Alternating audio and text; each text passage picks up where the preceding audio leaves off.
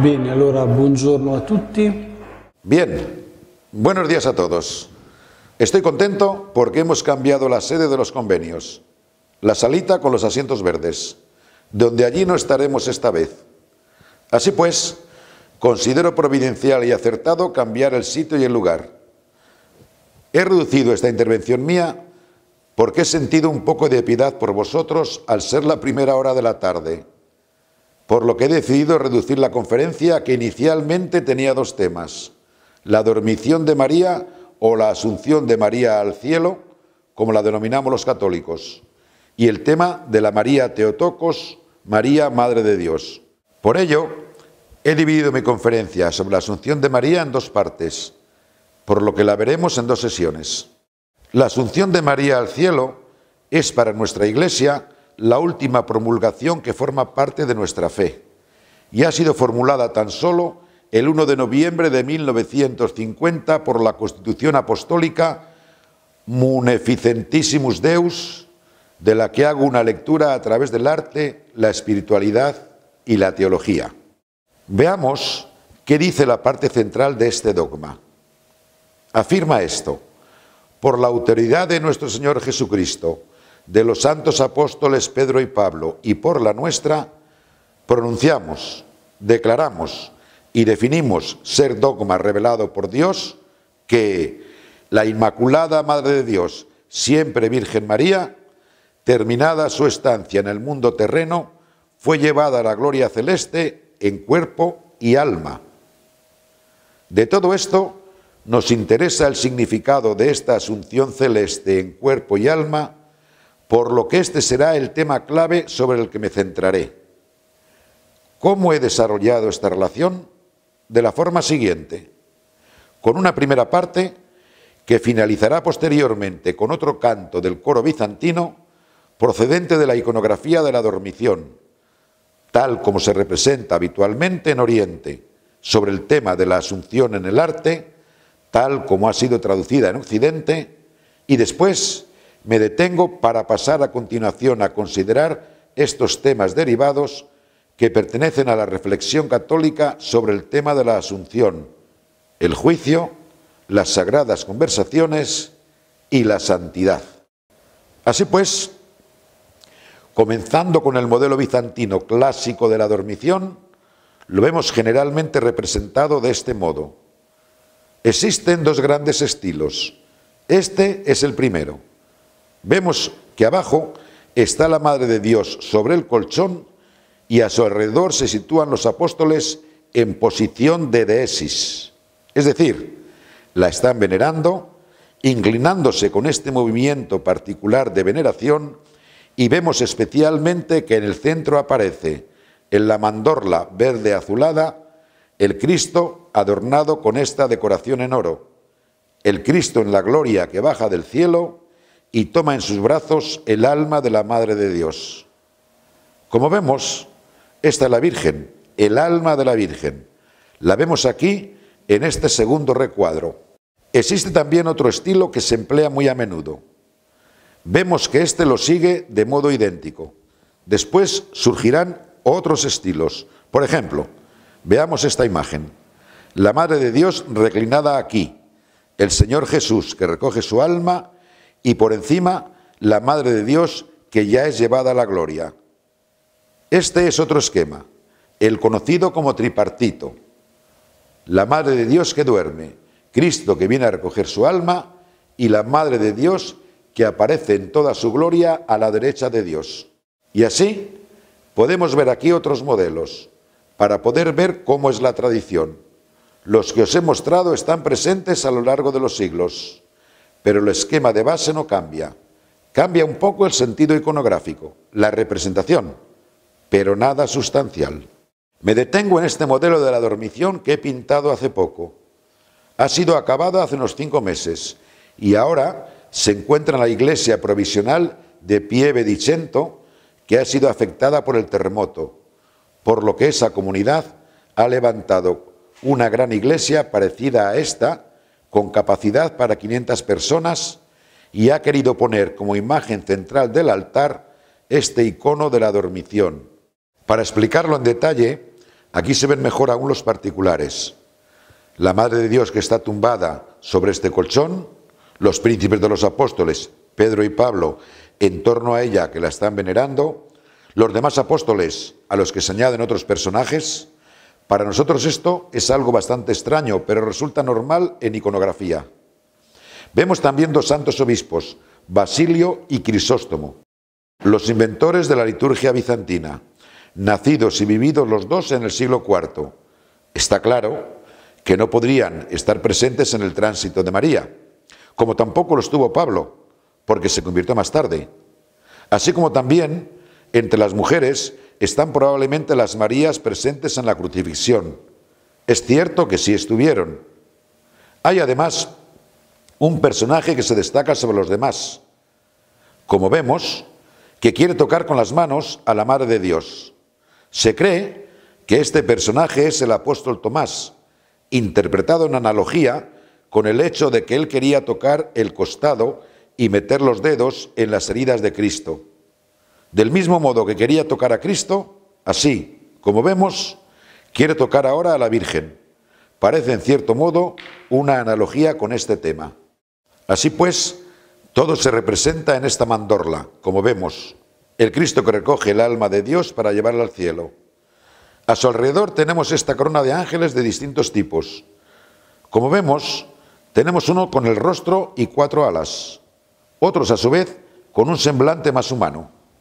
Tengamos presente que los ángeles tienen 9 categorías angélicas, son distintos en su forma y en su sustancia, y aquí la iconografía quiere mostrar la diferencia, la distinción entre los ángeles en este fondo translúcido que nos permite comprender la inmaterialidad de los ángeles que han sido creados como nosotros, pero que no tienen ni materia ni forma, no viven en el tiempo ni en el espacio. Estos ángeles, como vemos, también se inclinan ante este gran acontecimiento. Después lo veremos en detalle. Y afirman este elemento singular, que en María ha comenzado la nueva creación y que el hombre es digno de ser hijo de Dios. Un destino, además, superior al asignado a los ángeles.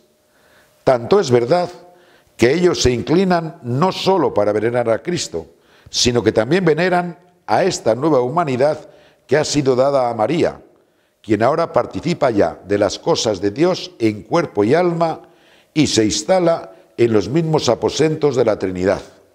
Aquí estamos en mi taller. Vemos un observador que mira con mucha atención. Esto lo muestro para señalar que también nosotros, idealmente, cuando contemplamos este icono y gracias a su perspectiva inversa, hemos sido llamados a no ser simples espectadores, sino parte integrante de los personajes que están dentro del icono. Por tanto, nosotros también, de este modo, y observando estas obras, nos sentimos parte de estos cuadros sagrados que contemplamos. Y aquí vemos especialmente el rostro de un ángel. Podríamos decir muchas cosas, pero no tenemos ni tiempo ni espacio suficiente para esta reflexión. La cosa que me interesa decir es que los ángeles, vemos que este ángel tiene un rostro sumamente complejo y tiene un aspecto triste si lo miramos con atención. Pero no está triste porque la Madre de Dios esté muerta. No está manifestando el duelo. Es alguien que tiene esta expresión porque está reflexionando sobre la condición de los ángeles después de la redención de los hijos del hombre en Cristo, de la que María es el prototipo. Es decir, los ángeles entienden que nuestra dignidad, por medio de un acto de fe, nos ha elevado hasta el punto de que nosotros hemos superado la dignidad de los ángeles.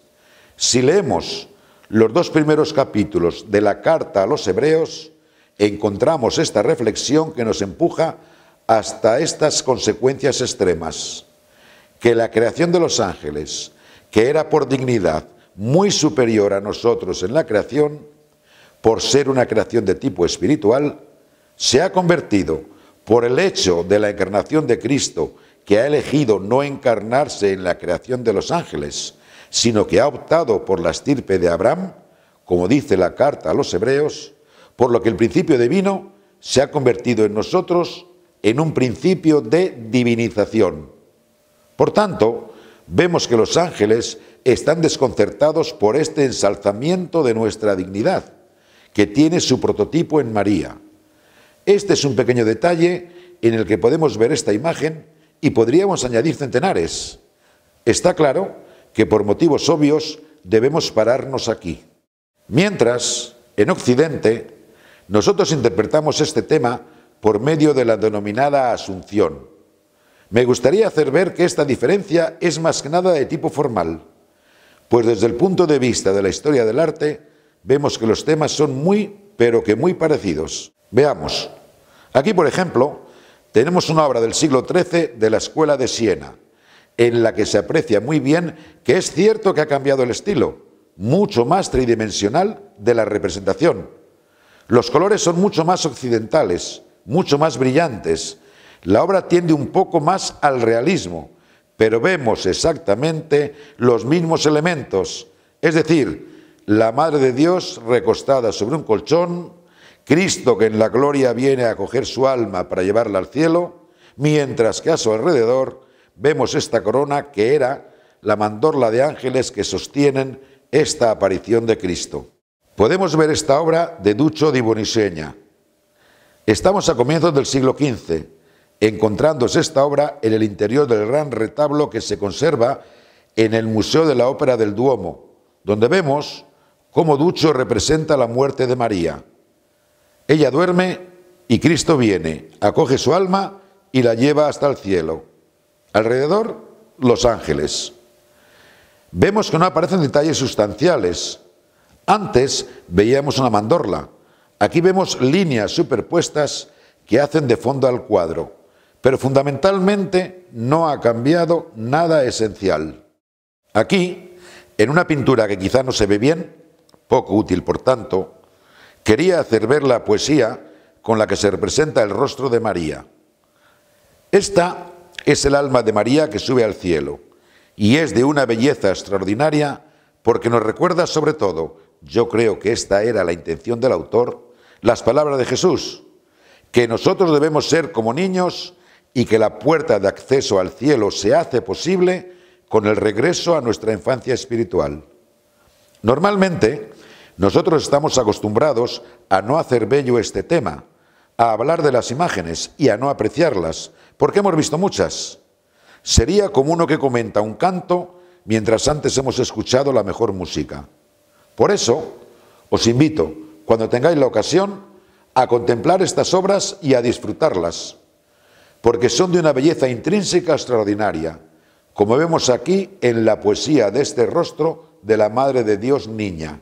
Y además, con otros ejemplos, vemos aquí una representación en un bajorrelieve de 1359, es decir, unos 40 años después de Orcagna, hecho para la iglesia de Or San Michele de Florencia.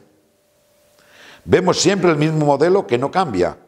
Aquí se ha realizado, como vemos, en dos niveles.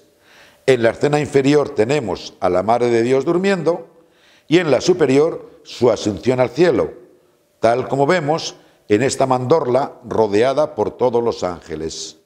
Así pues, nosotros occidentales tenemos sobre todo por nuestra parte una extraordinaria creatividad y libertad respecto al canon, mientras que en Oriente el esquema está fijado y se repropone a lo largo de los siglos. Pero también, si hoy uno representa la dormición de la Madre de Dios en Oriente, al igual que en Occidente, como he hecho yo hace 5 meses realizando este icono, vemos que he elegido el mismo modelo de la Escuela de Moscú del siglo XV y lo vuelvo a proponer hoy, pues la Iglesia Ortodoxa está muy vinculada al canon.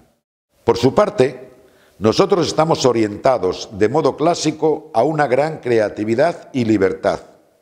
Vemos aquí lo que ha hecho el pintor Giovanni d'Ambrogio en 1397 en la tumba del cardenal Philippe d'Alesson, conservada en la iglesia de Santa María del Trastevere en Roma. Vemos que ha reformulado la dormición de María, la Dormitio Mariae o la Asunción de la Virgen, por medio de la circunstancia histórica de este cardenal, que ahora yace y reside en este sepulcro, pero vemos que el tema es interpretado de la misma forma. En la parte inferior, todos los obispos y sus conocidos que lloran sobre él, y en la parte superior, él mismo que se dirige hacia el cielo. Vemos muy bien que este lecho tiene aquí una función escenográfica, pero quiere mostrar a su vez una cosa muy importante. En la parte baja, los asuntos terrenales, su tránsito terrestre, mientras él ya está reposando ahora en Dios.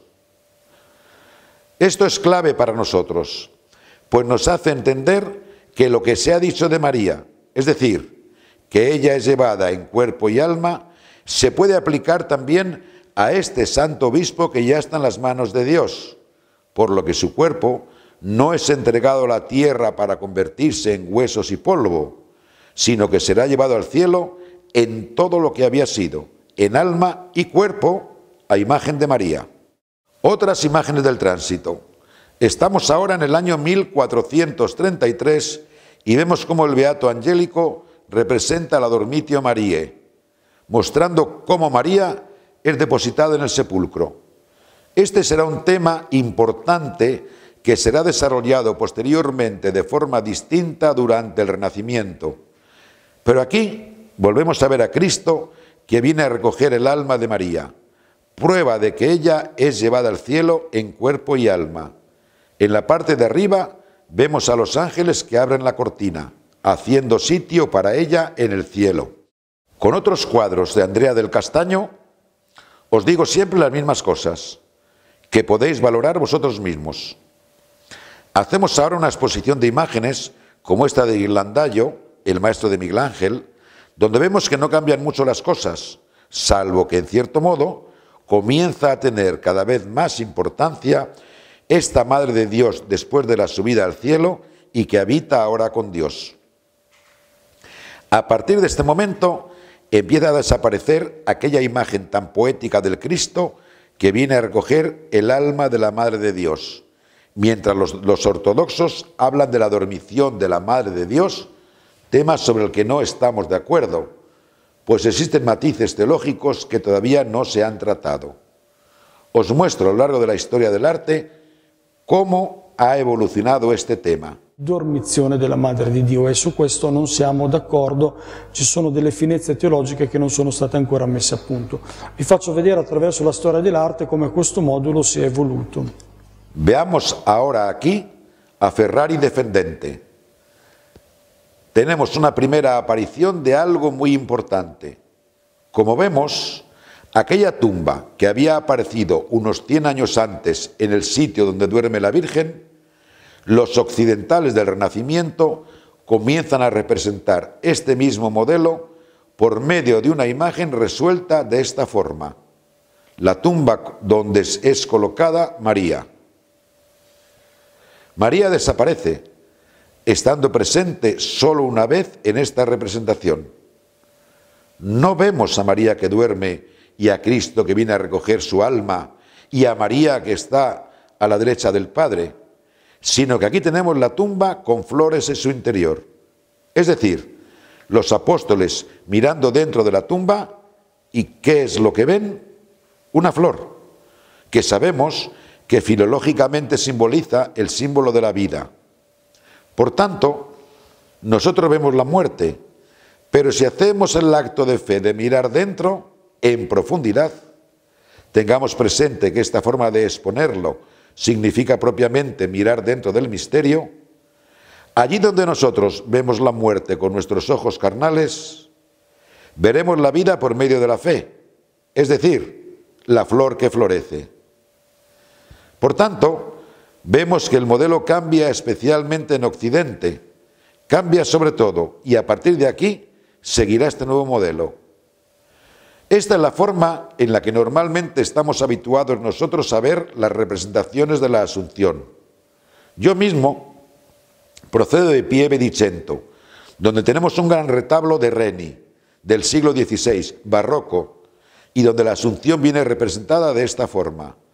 Los apóstoles que están alrededor de esta tumba florida miran hacia abajo, mientras la Virgen los contempla desde lo alto, porque ya ha subido al cielo en cuerpo y alma. Aquí vemos más ejemplos. Vemos cómo en Venecia aparecen influencias muy marcadas de la tradición bizantina, precisamente por el influjo que ha ejercido siempre Constantinopla sobre Venecia, por lo que vemos que en la misma época hemos vuelto la mirada hacia Oriente, cosa bastante rara, para concluir esta parte con un cuadro de Caravaggio de 1606. Sabemos que esta obra fue muy discutida, pues Caravaggio había elegido a una prostituta ahogada en el Tíber y la había situado en un lugar central de su Asunción, porque quería hacer entender de forma muy clara la humanidad de María con una paradoja. De ahí, una mujer ahogada e hinchada. Y como bien sabemos, este encargo no fue aceptado. Pero esta obra, os lo digo, la he elegido para mostrar que el desarrollo occidental ha seguido en un cierto momento pistas absolutamente incomprensibles. Me paro ahora con esta pequeña introducción en la que he mostrado modelos orientales y occidentales sobre la asunción de la Madre de Dios, para pasar a continuación a temas metafóricos o figurados, por medio de los cuales la reflexión, sobre todo la cristiano-católica, ha querido plantear para explicar el significado de que nosotros, a imagen de María, seremos elevados hacia Dios en cuerpo y alma.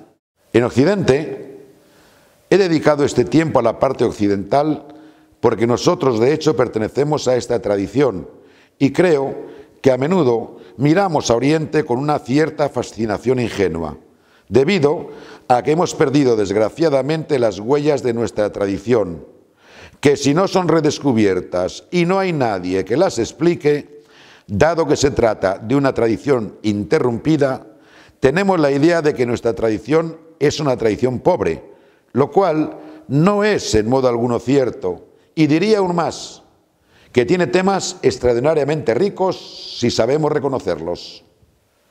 La cosa importante sobre todo es esta, que para un occidental preguntarse qué significa la asunción al cielo de la Madre de Dios en cuerpo y alma, implica la pregunta de cómo debe traducirse de forma concreta. Nosotros, añadiría, somos mucho más concretos. Nos preguntamos siempre, ¿qué significa para mí? Tenemos este tipo de planteamiento. Ahora veremos cómo, en el tema del denominado juicio universal, este tema de la asunción de la Madre de Dios en cuerpo y alma, que supone una aclaración de lo que seremos nosotros cuando estemos en el cielo en cuerpo y alma a imagen de María, el modo en el que lo entendemos. Aquí, por ejemplo, una primerísima cosa muy importante es la siguiente: el hecho de situar por vez primera a la Madre de Dios al lado de Cristo, tema que se denomina técnicamente la coronación de la Madre de Dios. Todos estos frescos, además de representar el juicio universal que nosotros conocemos muy bien según la versión de Mateo 25, ese episodio narrado por Jesús, esa parábola, si queréis, o ese pasaje parabólico en el que Él nos dice que al final de los tiempos el Hijo del Hombre comparecerá en toda su gloria, se sentará sobre su trono de gloria, lo recordaremos mañana en la solemnidad de Cristo Rey, reunirá a todos, separará a las ovejas de las cabras e iniciará el juicio. Vemos que a partir de un determinado momento, especialmente después del concilio de Ferrara en Florencia, la Madre de Dios se sitúa a la derecha de Cristo. Pues bien, aquí se plantea una cosa muy importante, que no solo Cristo vendrá en su gloria para juzgar a vivos y muertos, sino que María se sienta con Él en su mismo trono de gloria, lo que es muy significativo, pues nos dice que María no solo está al lado de Cristo, sino que está situada al mismo nivel que Cristo. Y si esto es válido para ella, también será válido para nosotros. Vemos que esta cuestión enlaza con el tema de la encarnación del Hijo. Las cosas que se dicen de Jesús no se dicen solo de Jesús como si fuese un superhombre. Y no podemos mirarlo solo o entenderlo como un modelo de perfeccionamiento ético, sino que las cosas que se dicen de él, se dicen también de María. Y puesto que se dicen de María, se dirán también de todos y de cada uno de nosotros. Vemos también aquí esta otra imagen que nos muestra una realidad distinta. Como ejemplo, en esta pintura de la escuela holandesa, vemos cómo hay una especie de paso atrás en el que la Madre de Dios está representada en una deesis con Juan el Bautista, según el esquema ya clásico Próximo a Oriente, y en la parte superior el Cristo que viene a juzgar a vivos y muertos. Lo señalo para haceros ver que hay modelos que aparecen algunas veces para desaparecer después en otros momentos en los que se proponen esquemas distintos. En mi opinión, uno de los elementos más interesantes que tenemos en la representación en Occidente para explicar el significado de que nosotros pertenecemos a Dios en cuerpo y alma, a imagen de María, puede ser este fresco de Luca Signorelli, denominado La resurrección de la carne y conservado en la Catedral de Orvieto, en la capilla de San Bricio. Sabemos que este gran fresco fue comenzado por el Beato Angélico, quien murió durante su ejecución, siendo llamado Luca Signorelli para realizar el proyecto. Si observamos ahora con atención, aquí está representado el momento en el que, según la cita del Apocalipsis, aparecen los ángeles, suenan las trompetas, se levantan los muertos de las tumbas donde yacen y parecen inmateriales, como bien se aprecia. Pues vemos que atraviesan la tierra sin necesidad de excavar y poco a poco van adquiriendo una fisonomía. Al principio salen los esqueletos, después y poco a poco se desarrollan en ellos las formas musculares para posteriormente terminar erguidos, tal como somos nosotros. Y vemos sobre todo el resultado de todo aquí, en ellos, quienes no solo retoman su carne, sino que invocan a Dios levantando sus manos hacia Él. Aquí se nos muestra toda la transformación de nuestro cuerpo, es decir, los huesos que cobran vida, esa vida plena en la que el hombre se entrega totalmente a la adoración de Dios. Por el contrario, en este recuadro vemos un detalle muy interesante. No sé si se ve bien. Vemos estos esqueletos que no han adquirido todavía los músculos, que no han adquirido todavía la carne y que se ríen de este hombre que ellos ven por primera vez. Estos son los esqueletos que miran a este hombre que ha adquirido su carne, lo que supone una bella reflexión porque nos ayuda a entender que sin la fe nosotros no podemos comprender tampoco esta realidad. Si no tenemos la presencia de la fe, nosotros entendemos que nuestro cuerpo se convertirá en un esqueleto y en polvo. Por eso reímos a menudo. Y si no reímos, diría que con la boca, muy a menudo tomamos muy poco en serio la idea de que nuestro cuerpo resurgirá en alma y cuerpo de forma real. Claramente están presentes aquí todas las metáforas, no referidas solamente a nuestro cuerpo, pues no sabemos cómo será por ser un misterio, pero nos permite entender de forma clara lo siguiente, que nuestro destino no es un destino de tumba y de muerte, sino un destino de vida junto a Dios en cuerpo y alma, es decir, tal como seremos en nuestra plenitud, y nos hallaremos como Dios nos había pensado desde los orígenes. Vemos, pues, por medio de detalles curiosos, pero muy profundos, que nuestra tradición se aproxima a este tema de la asunción de María en cuerpo y alma. En el juicio universal de Miguel Ángel podemos ver quizá una de las figuras más interesantes. Esta, la figura que se conoce como el dubitativo. Para explicar muy brevemente esta obra, vemos en el centro al Cristo que viene a juzgar a vivos y muertos. Arriba vemos a los ángeles que portan los símbolos de la pasión, la cruz y la columna de la flagelación. A su alrededor están los santos que vivieron antes de Cristo y que están ya en el paraíso. Abajo están los infiernos, con los que han sido condenados. Aquí vemos la resurrección de la carne. Vemos que estos están subiendo y que los demonios los interceptan y los llevan al infierno. Pero en este nivel está la escena más bella, Pues los hombres deciden de qué parte están y encontramos a este personaje conocido como el dubitativo. Vemos que debajo están los diablos que tratan de arrastrarlo hacia abajo, mientras él está pensando hacia dónde ir, si se deja llevar por el ángel hacia arriba o si el peso lo lleva hacia abajo. Aquí nos muestra un aspecto muy importante, que el hecho de la asunción para cada uno de nosotros no es una cosa indolora, que no se trata de una cosa que sucederá automáticamente solo por la fuerza de Dios, porque Dios haya decidido hacer prodigios dentro de nosotros, en nosotros, solo por medio de nuestro acto de fe, tal como se plantea tradicionalmente en todos los evangelios, allí donde se produce una curación. Si recordáis, no se produce ningún tipo de curación si no existe la adhesión de quien quiere ser curado. Recordad que Jesús pregunta muy a menudo, ¿qué queréis? Pregunta a un ciego, ¿qué es lo que me pides? Pregunta a un paralítico, ¿qué es lo que quiere para él? Esto parece algo paradójico. No es que Jesús no conociese la enfermedad, sino que quería saber qué había en el corazón del hombre. Se trata de una reflexión pero que muy importante, y nos dice que es cierto que nosotros somos capaces, por la fuerza de la redención de Cristo, de ser elevados al cielo en cuerpo y alma. Pero esto pasa por una batalla cotidiana que se establece entre la duda y la noche del acto de fe. Y añadiría que este es uno de los pasajes más bellos, una de las citas más comunes de nuestra teología renacentista sobre este tema de la asunción en cuerpo y alma. Entramos ahora en un segundo tema, que es el de las sagradas conversaciones.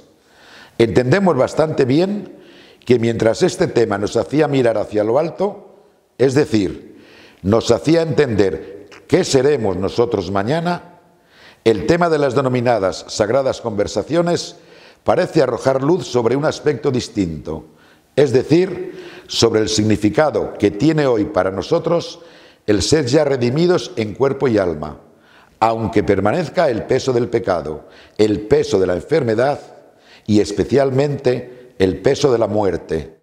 Hay un esquema que se desarrolla a partir del final de nuestra Alta Edad Media, después del comienzo del Renacimiento.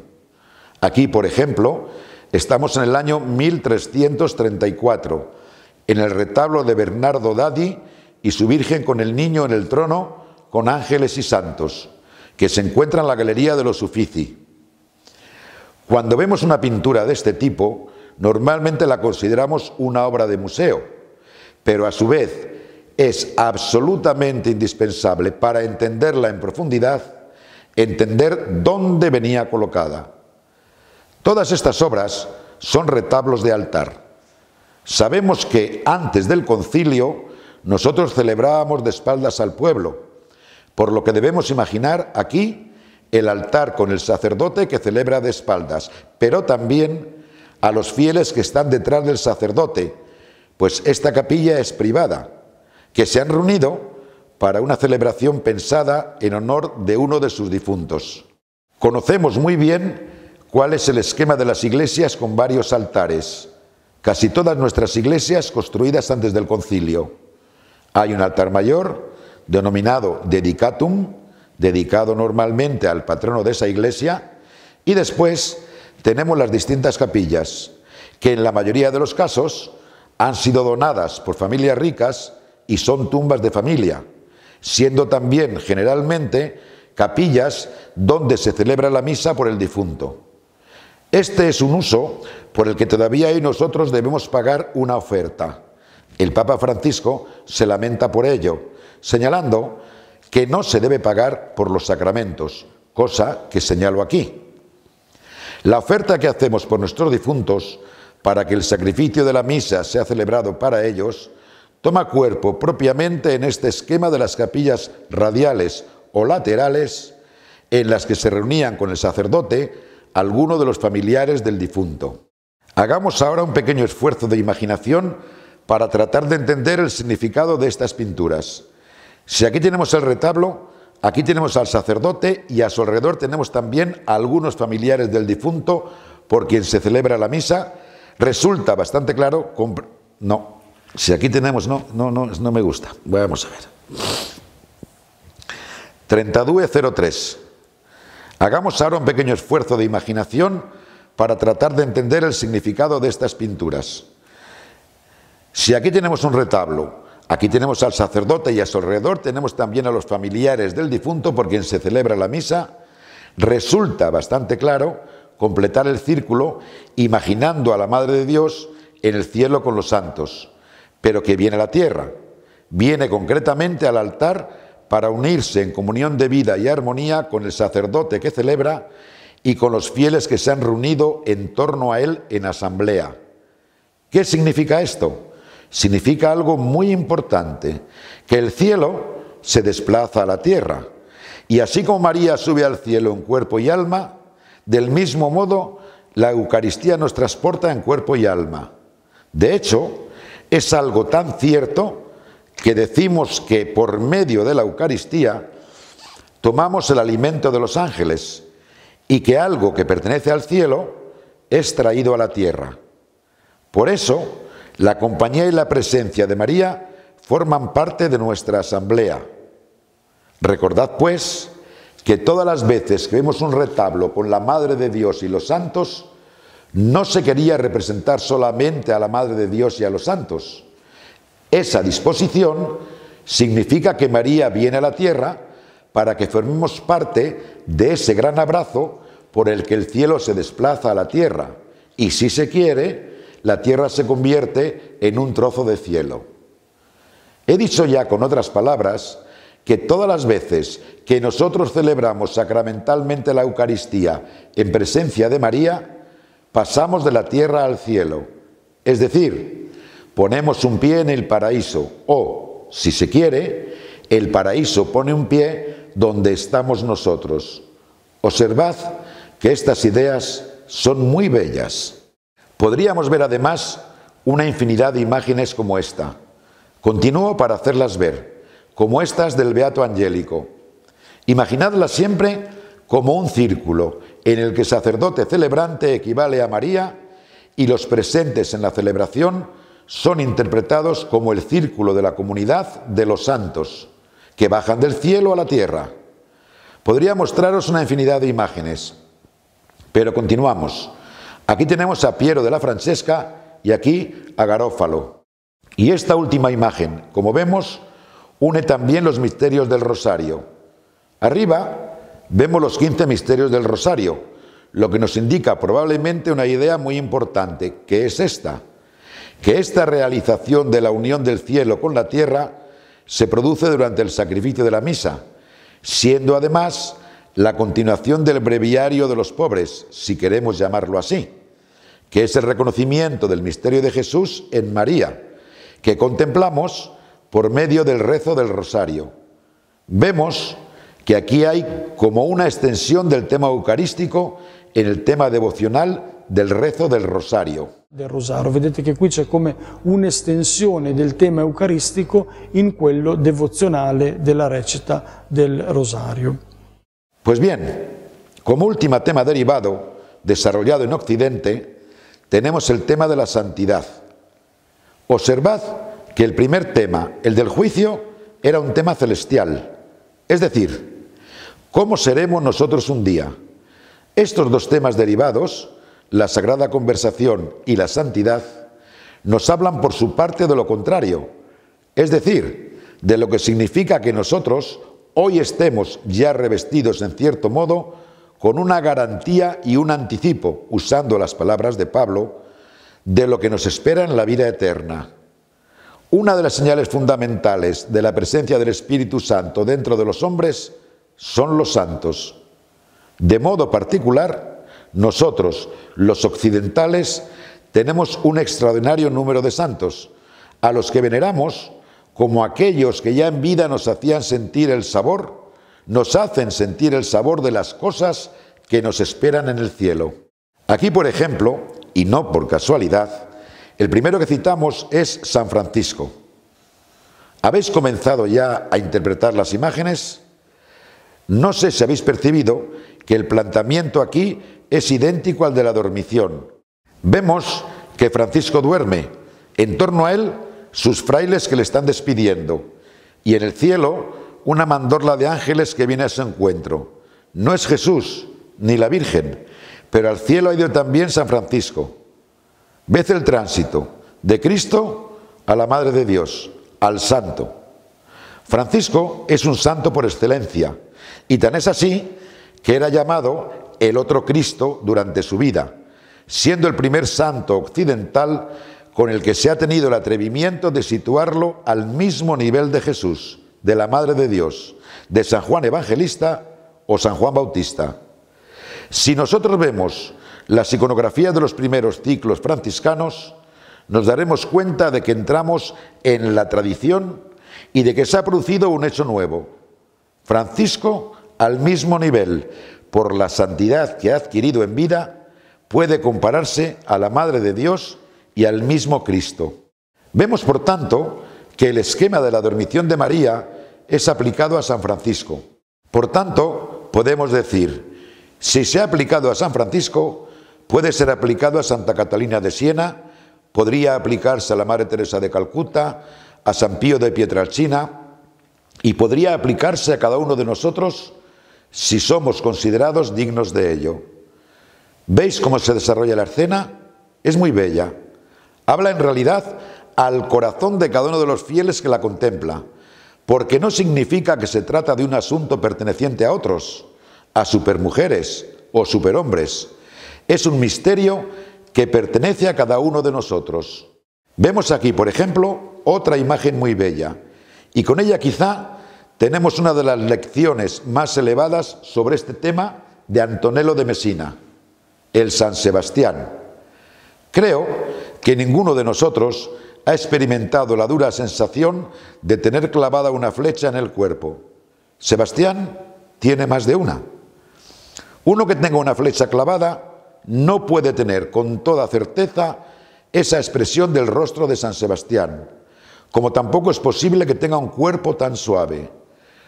No sé si habéis visto la película de La Pasión, de Mel Gibson, donde se ve muy bien cómo reacciona el cuerpo cuando recibe un latigazo y cuánto tiempo tiembla después de recibirlo, porque quedan afectadas todas las terminaciones de los nervios.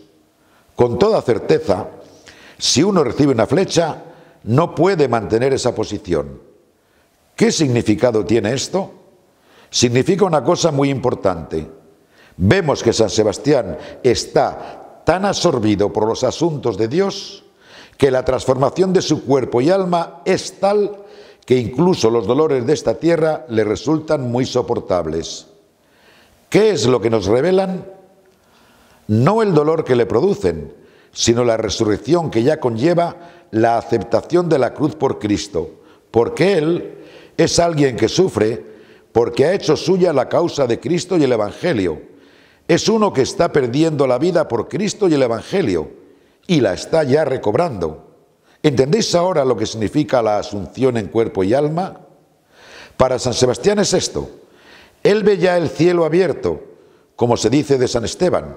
Está viendo ya a Cristo, por lo que el sufrimiento es en cierto modo para él un camino para acercarlo posteriormente a Cristo. Este es el tema clásico de la santidad a la luz de la palabra de la cruz.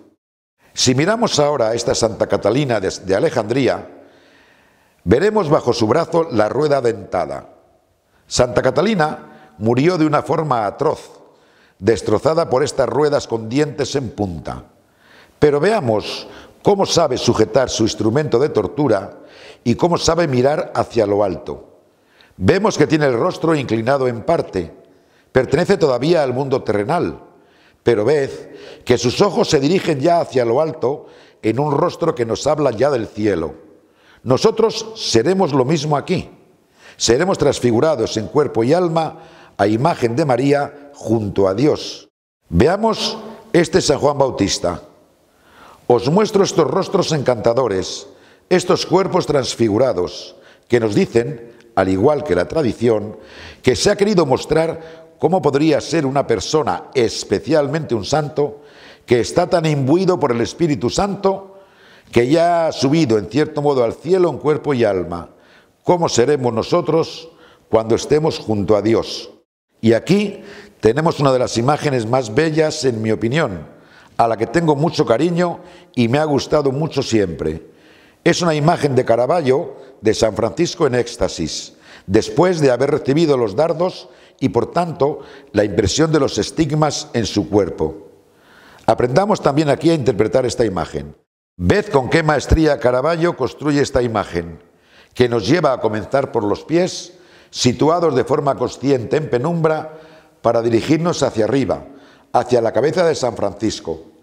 Pero la cabeza de Francisco nos dirige a su vez hacia el punto luminoso del hombro del ángel, y este punto luminoso nos lleva además al ala, hasta el punto de constituir todo una sola figura. Comienza por los pies y acaba en el ala, y nos revela de forma muy clara una cosa: que Francisco ha muerto por el dolor de la impresión de los estigmas, que es alguien que ha perdido la propia vida por Cristo. Ha muerto de dolor porque cuando el Espíritu ha entrado en él, ha hecho pedazos todo lo que en él había, quitándole prácticamente la respiración y la vida. Nosotros sentimos un poco esta experiencia cuando hemos tenido importantes experiencias de fe, cuando sentimos dudas, cuando experimentamos grandes batallas en nuestra fe y sentimos además una sensación como esta, como si el Señor entrase en nuestro interior y nos destruyese. Esta imagen nos hace entender que este mismo movimiento de destrucción de todo lo que era negativo en nosotros, de lo que era el hombre viejo, se convierte al mismo tiempo en el hombre nuevo, y este cuerpo se transforma en un ala que bate y lo lleva hacia lo alto. Esta es una composición que considero extraordinaria, pues nos hace entender cómo el discípulo que toma la cruz muere en sí mismo para resurgir de nuevo en Cristo. No se trata de que deba esperar para ir al paraíso. Ya desde el momento en que nosotros salimos victoriosos de una experiencia de fe, de una prueba, pasamos de la muerte a la vida. Comenzamos ya a gozar un principio de vida eterna. Aquí vemos, por ejemplo, el sacrificio de Isaac. Pero sigamos. Vemos cómo Abraham, no tenemos tiempo, pero si tuviésemos tiempo de mirar durante 10 minutos el rostro de Abraham, veríais que está iluminado por una gran esperanza este hombre, que está haciendo una cosa muy dolorosa, está sacrificando a su hijo, pero tiene un rostro totalmente orientado a los asuntos de Dios, por lo que, estando todavía en su propio cuerpo, es como si ya se nutriese de las cosas invisibles. Una imagen más. En este caso, el éxtasis de San Pablo, que vemos representado aquí. Su tamaño no nos permite apreciar los detalles, pero sirve para deciros que estos rostros son asignados a los santos.